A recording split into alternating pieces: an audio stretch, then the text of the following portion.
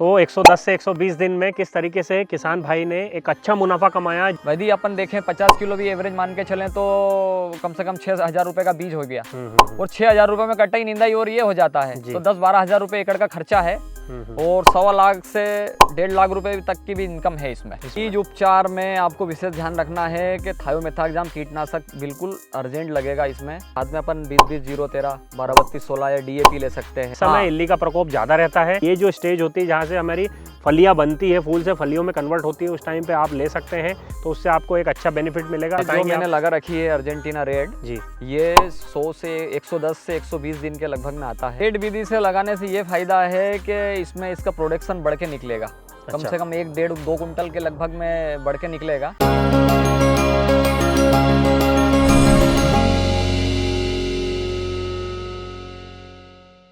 क्या आप जानते हैं मध्य प्रदेश में राजमा की खेती करके किसान लगभग 1.25 लाख से 1,40,000 रुपये एकड़ कमा रहा है। और अगर आप भी राजमा की खेती करना चाहते हैं तो ये वीडियो अंत तक देखिए ताकि आपको राजमा में विस्तार से जानकारी मिले। किस तरीके से राजमा की आपको बुआई करना है, क्या लाइन दूरी रखना है, कितना बीज दर रखना है और उसके बाद में इसमें फ्लावरिंग कितने दिन में आती है, पानी का मैनेजमेंट आपको किस तरीके से करना है, क्योंकि ये बहुत महत्वपूर्ण फसल है और हम इसे डॉलर चने का विकल्प के रूप में लेके आए हैं। उसी के साथ गेहूँ के विकल्प में लेके आए हैं।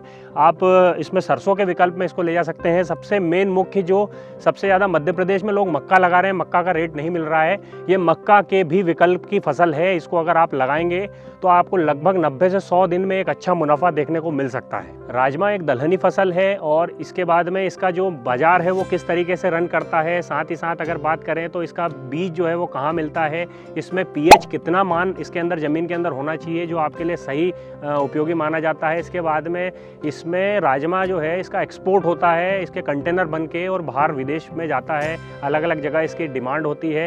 राजमा के अंदर न्यूट्रिएंट्स भी काफ़ी अच्छे पाए जाते हैं। इसको भिगो के भी खाते हैं, कुछ लोग इसको सूप बना के खाते हैं। तो इसकी डिमांड जो है वो 12 महीने बाज़ार में बनी रहती है।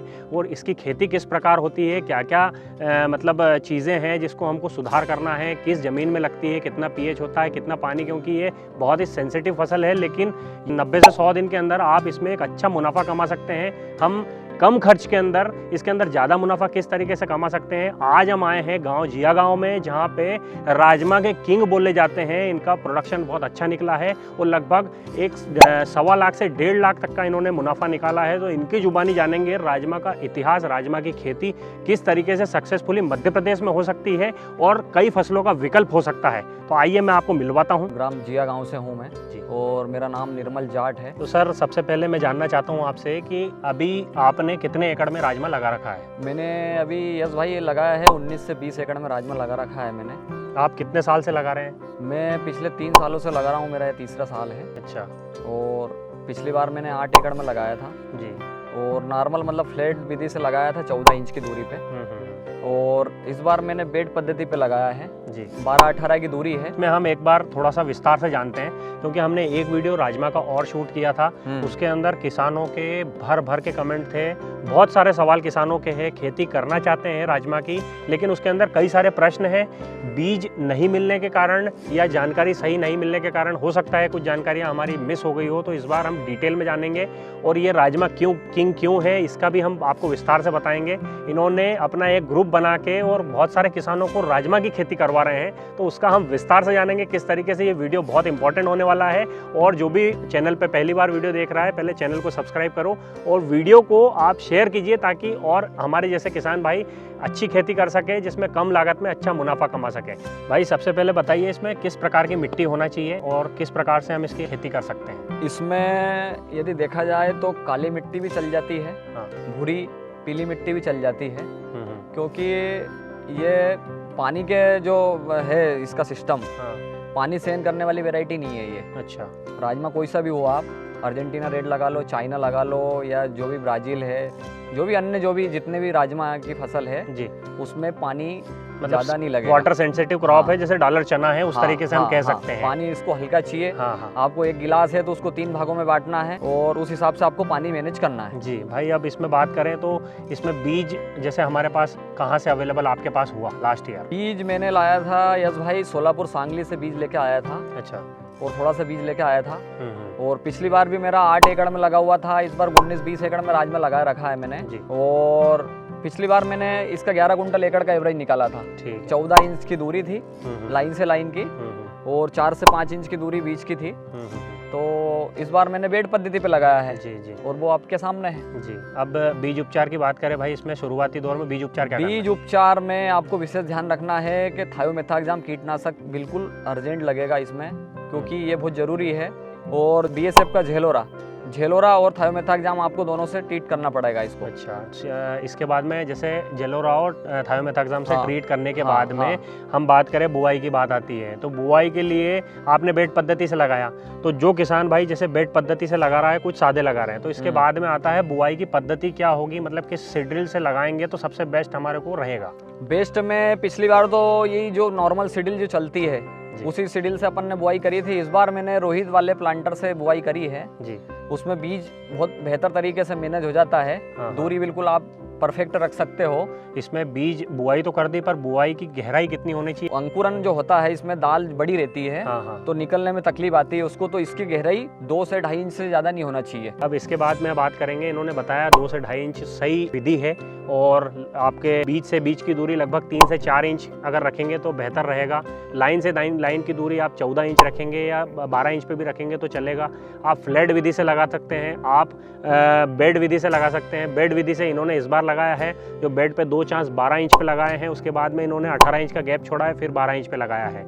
तो वो जो है किस तरीके से मैनेज किया है ना, रोहित कृषि का जो प्लांटर है उससे इन्होंने बुआई की, उससे इनका जो बीज दर था वो बिल्कुल सटीक, जो 3 इंच या 4 इंच जो इन्होंने मैनेज किया था वो एक्यूरेट गिरा। इससे जो फालतू बीज जो हमारा एक्स्ट्रा गिरता है वो नहीं गिरा। यहाँ पे बीज की बचत भी है, और खेत आप मेरे पीछे देख सकते हैं किस तरीके से भरा हुआ है। इसमें पर एकड़ बीज दर की अगर बात करें तो बीज दर कितना सही रहता है? बीज दर जो है 40 से 45 किलो एकड़ का परफेक्ट है।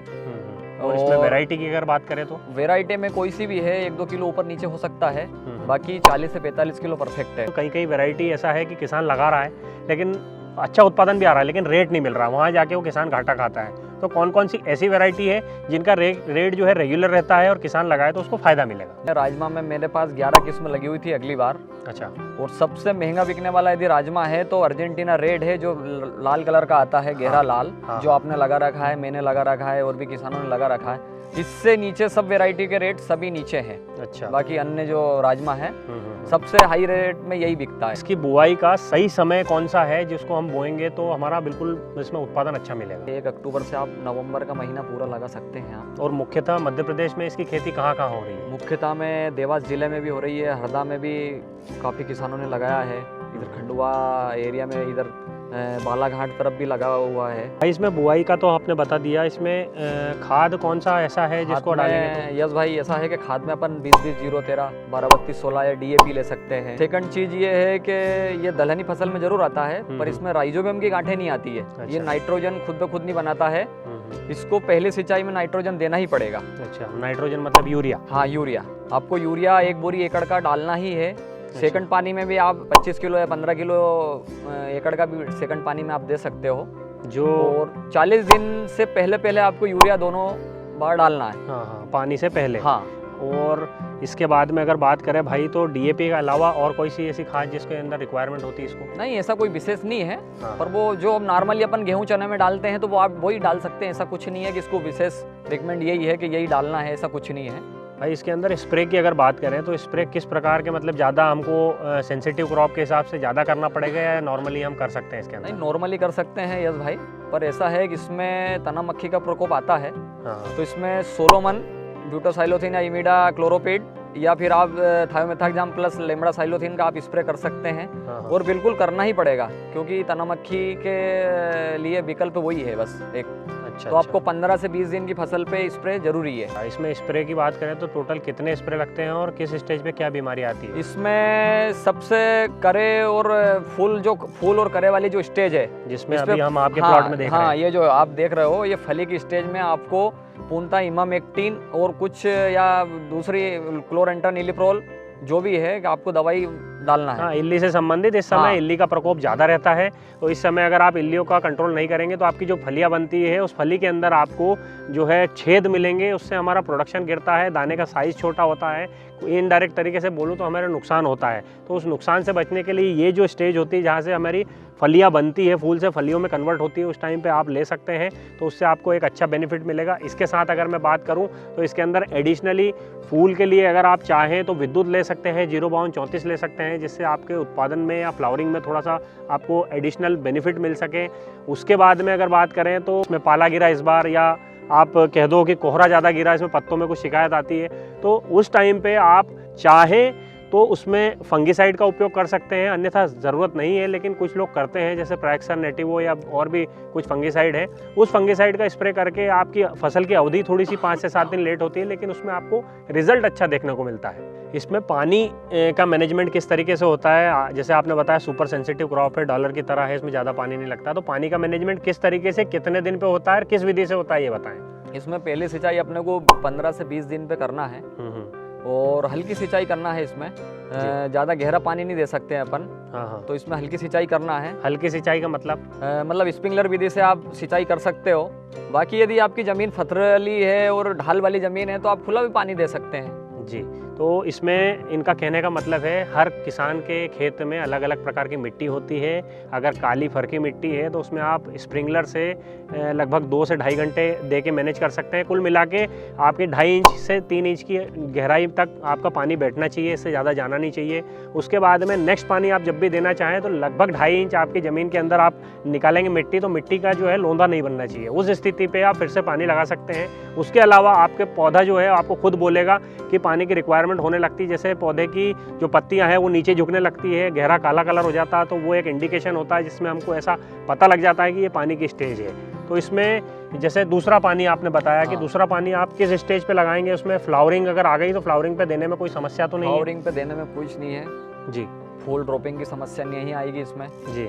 और आपको 15-20 दिन पे फिर हल्की सिंचाई, मतलब जब भी आपको करना है हल्की सिंचाई करना है जी। आपको गहरा पानी नहीं देना है फ्लैट विधि से। जैसे मैंने भी इस बार लगाया है राजमा, इनसे प्रभावित होके इनसे मैं मिला था, तो उसमें मैंने एक चीज़ ऑब्जर्व करी है, पानी का इतना इसलिए हम जोर दे रहे हैं क्योंकि ये पानी इसको ज़्यादा नहीं चाहिए।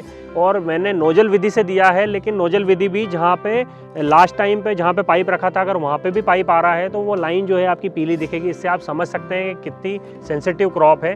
पानी का अगर सही मैनेजमेंट अगर कर लेंगे तो आप इसमें जंग जीत सकते हैं। कि यदि आपने पानी गहरा दे दिया है तो यदि आपकी फसल पीली पड़ गई है तो दुनिया का कोई सा भी फंगिसाइड या कोई सा भी माइक्रोन्यूट्रिएंट काम नहीं करेगा। आपने खुद ने भी देखा होगा, जैसे हम इंदौर बेल्ट में देखते हैं मिनी स्प्रिंकलर का दौर आ गया है, मिनी स्प्रिंकलर से वो खेती ले रहे हैं। जैसे जहाँ पे पानी का मैनेजमेंट आप सही करते हैं तो वहाँ पे क्या देखा गया है कि पानी का भराव जहाँ नहीं रहता वहाँ पे आपको उत्पादन बढ़ के मिलेगा, बीमारियाँ कम मिलेगी, क्योंकि ज़मीन में पानी ठहरेगा नहीं तो बीमारियाँ आएगी नहीं। तो फंगस जो आता है वो पानी ज़्यादा देने के कारण आता है। तो इस तरीके से आप करेंगे तो आपको बेहतर परिणाम मिलेंगे। और इसके बाद में ये एक दलहनी फसल है और शुरुआती दौर में निकलने में थोड़ा सा इसमें टाइम लगता है, लेकिन निकलने के बाद इसकी ग्रोथ बहुत फास्ट होती है।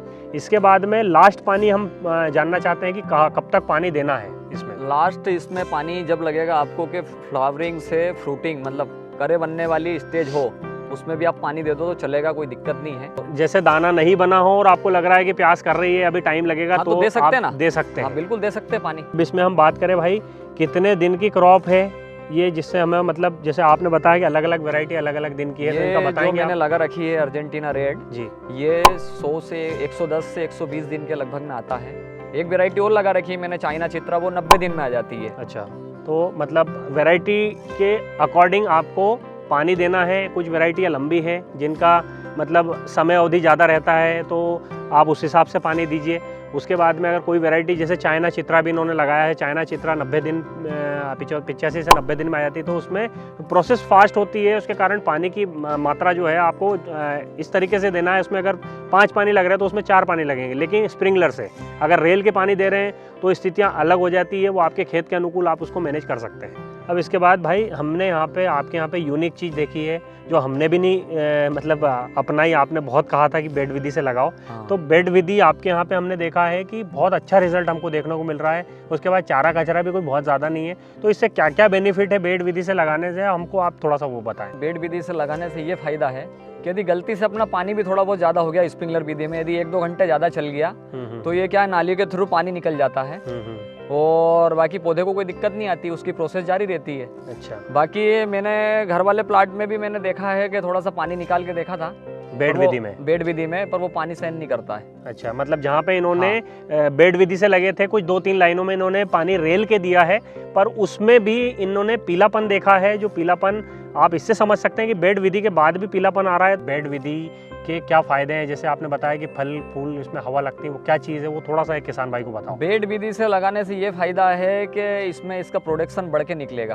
कम से कम 1-1.5-2 कुंटल के लगभग में बढ़ के निकलेगा। क्या कारण है उसका? कारण ये है कि इसमें हवा है, जैसे अभी आपको पद्धति बता दी मैंने आपको, 18 इंच की दूरी है जी। तो इसमें हवा का संचार अच्छा से होता है, तो ईल वगैरह और जो भी है फल फ्रूटिंग ये आपको ज़्यादा देखने को मिलेगी। अच्छा, और इल्लियों का प्रकोप कम आएगा इसमें। हाँ। और बेड विधि से एक ये भी फायदा है कि यदि आपकी पानी देने में यदि 10-12 दिन या 15 दिन या 1 हफ्ते का गैप हो गया है, तो बेड में क्या नमी रहती है, तो आपको पानी भी एकदम से बिल्कुल आपको जरूरत नहीं लगेगी जी। आप थोड़ा सा लेट लतीफ भी पानी दे सकते हैं। एक फायदा बेड का मैं और बता दूं आपको, जहाँ पे बेड विधि का मतलब मिट्टी हम इकट्ठी करके चांच से उस पर बुआई करते हैं, तो जहाँ मिट्टी आपने इकट्ठी करी, इसका मतलब ये हुआ कि पौधे के पास में मिट्टी ज़्यादा है और मिट्टी फोस रही है, क्योंकि वो मिट्टी हमने इकट्ठी करी है। तो वहाँ से जड़ों का विकास बहुत अच्छा होता है, वहाँ से पोषण लेने की क्षमता अधिक होती है, वहाँ से पौधे के अंदर नमी जल्दी टूटती है, जिससे पौधे की ग्रोथ बहुत फास्ट होती है। तो ये कुछ फ़ायदे हैं।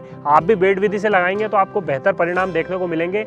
इसके अलावा भी अगर कुछ, जैसे हम बात करें इसमें बेड विधि से लगाएंगे तो हमें चारा कचरा ठंड में सबसे ज़्यादा देखने को मिलता है, तो उसके लिए हम ऐसा क्या करें? इमीजात हाइपर आप श्री राम की रेजर ले सकते हैं, परसूट ले सकते हैं, BSF की, या बिड विलाग ले सकते हैं। तो मैं इसके बाद में फ्यूजी फ्लेक्स डाल दो, आप क्रिस्टल का अमोरा डाल सकते हो। हम बेड विधि का थोड़ा सा विस्तार से बताना चाहते हैं, क्योंकि किसान भाई को अगर इस चीज़ में बेनिफिट मिल रहा है, बीमारियां कम लग रही है, पानी की मात्रा अगर लिमिटेड लग रही है, और उसके साथ साथ आपका पौधा अगर फ्रेश रहेगा तो आप खेती और अच्छे से कर पाएंगे, थोड़ी मेहनत और कर पाएंगे। तो अभी इन्होंने जो लगा रखा है वो लगभग ये जो है 12 इंच की दूरी पे 2 चांस लगा रखे हैं। इसके बाद में यहाँ पे अगर ये दूरी की बात करें तो ये दूरी लगभग 18 इंच की है। अब इसमें हम थोड़ा विस्तृत चर्चा करेंगे ताकि आपके लिए फ़ायदेमंद हो। ये जो हमने बेड पे लगा रखा है इसकी दूरी है 18 इंची है जी, और ये इधर 12 इंची है जी। अब इस लगाने का कारण ये है कि यदि अपने पानी ज़्यादा दे दिया है तो ये नालियों के थ्रू पानी इधर आ जाएगा। अच्छा, बेड के थ्रू नालियों में आ जाएगा पानी। दूसरी चीज़ ये है कि इसमें 18 इंच की गैप होने के कारण क्या है, फलियों की संख्या और फूल फ्लावरिंग ज़्यादा आते हैं। तो ये दूरी इसीलिए अपन ने बढ़ाई है इस बार।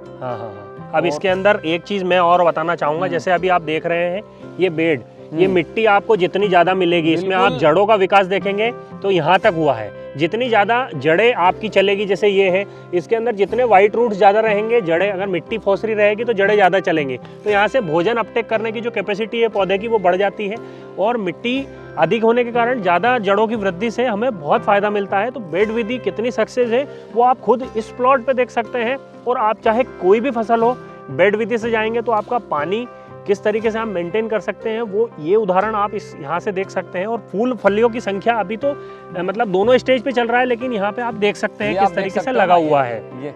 ऐसा मैनेजमेंट अगर आप रखेंगे और इस तरीके से राजमा की खेती करेंगे तो आपको बहुत बेहतरीन परिणाम मिलेंगे। और जो उत्पादन हम प्लान कर रहे हैं कि इस तरीके का उत्पादन हमको मिलना चाहिए, उस तरीके से आपको मिल सकता है। इसलिए हमने विस्तृत में बताया ताकि आपको ईजी रहे कि अगर हमने बेड से लगाया तो उसके क्या क्या फ़ायदे हैं। हमने आपको जड़ें भी बताई, उसमें कितनी मतलब बाहर तक आई है, तो उसका यही फ़ायदा है उत्पादन मिलने का कि उसके जो भोजन की जो क्रिया है वो थोड़ी सी तेज़ हो जाती है ज़्यादा उसकी जड़ें होने के कारण। अब इसकी कटाई की अगर बात करें भाई, तो इसको क्या क्या हमें ध्यान रखना पड़ता है इसके अंदर मुख्यतः, और हार्वेस्टर से कटाई हो सकती है क्या, ये क्वेश्चन भी बहुत सारे लोगों के रहेंगे।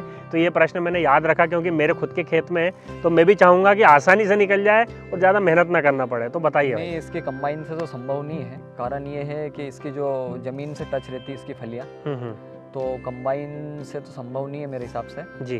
पर इसको आप मजदूर मतलब निंदाई गुड़ाई मतलब जिस तरीके से होती है उस तरीक़ा से मजदूरों से भी आप इसकी कटाई कर सकते हैं जी। और आपको विशेष ध्यान रखना है कि इसको ज़्यादा फलियाँ सूखना नहीं पाए, नहीं तो इसमें प्रॉब्लम होती है, फलियाँ खुल जाती है इसकी। अच्छा, मतलब दाने गिरने लगते हैं, दाने गिरने लगते हैं। तो आपको समय रहते समय से पहले इसकी कटाई करना। हाँ, पत्तियां थोड़ी पीली पड़ने लगे और आपके जो फलियों में हल्का सा पीलापन आया और आपको काट लेना है। 70% या 80% नमी पौधे के अंदर आ जाए मतलब नमी खत्म हो जाए उस टाइम पे आप अगर काटेंगे तो आपको जो फली चटकने वाली समस्या है वो देखने को नहीं मिलेगी। तो खेत में जो नुकसान हमारा हो रहा है उस नुकसान से हम बच सकते हैं। अब इसके बाद अगर बात करें भाई, इसके अंदर जो भूसा निकलता है वो भूसा इसका बिकता है या जानवर खाते हैं कि नहीं? भूसा जानवर खा लेते हैं, भूसा बिक जाता है इसका जी। पर मैंने क्या करा था कि मेरा जो 8 एकड़ में जो राजमा लगा हुआ था उसका भूसा था, तो मैंने मिट्टी में मिलाया था उसको। अच्छा। तो वहाँ से कुछ फसल की रौनक ही अलग थी। अच्छा अच्छा। अब उसमें क्या कौन से तत्व थे क्या थे ये तो मेरे को पता नहीं है जी, पर मैंने इसको जमीन में फैला दिया था बारिश आने से पहले तो उसका बहुत बड़ा बेनिफिट मिला जी। अब भाई इसके अंदर सबसे लास्ट में हम जो बात करेंगे, जो किसान भाई जानना चाहते हैं, जो लास्ट तक देख रहे हैं उनके लिए सबसे महत्वपूर्ण होने वाला है कि लास्ट ईयर आपका 1 एकड़ से कितनी लागत रही, 1 एकड़ में कितना उत्पादन निकाला, 1 एकड़ के बीज को आपने कितने में पर कुंटल बेचा और आपका ओवरऑल प्रॉफिट क्या रहा, और ये खेती किसान को करना चाहिए नहीं करना चाहिए, सारी चीज़ें आप बताएं। बिल्कुल करना चाहिए, खेती क्यों नहीं करना चाहिए। मैंने पिछली बार 8 एकड़ में लगाया है, इस बार 19-20 एकड़ में लगा हुआ है जी। किसानों को दिखा रहा हूँ कि भैया फसल कैसी लगती है, क्या होता है। और इसमें डॉलर से कम बजट में ही है मामला, क्योंकि 40-45 किलो एकड़ डलता है। अभी मैंने किसानों को 14,000 रुपए में बीज दिया था जी।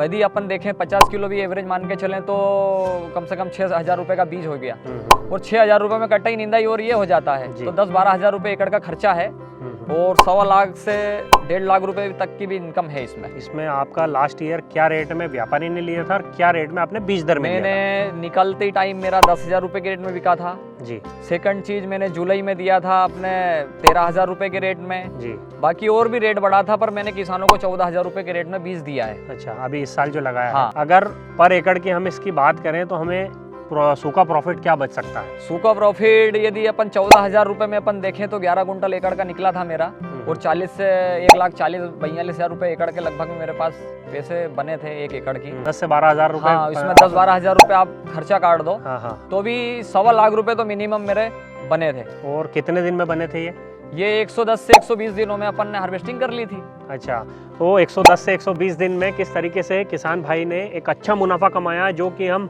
डॉलर चने में वो मुनाफा देख रहे थे, वही हम मक्का में देख रहे थे, गेहूं में कुछ हद तक देख रहे थे, सरसों में। और इसके साथ साथ आपके खेत जो है जल्दी फ्री होने के कारण आप मध्य क्षेत्र में और भी किसान हैं जो जिनके पास पानी की व्यवस्था है, वो तीसरी फसल की तैयारी करते हैं।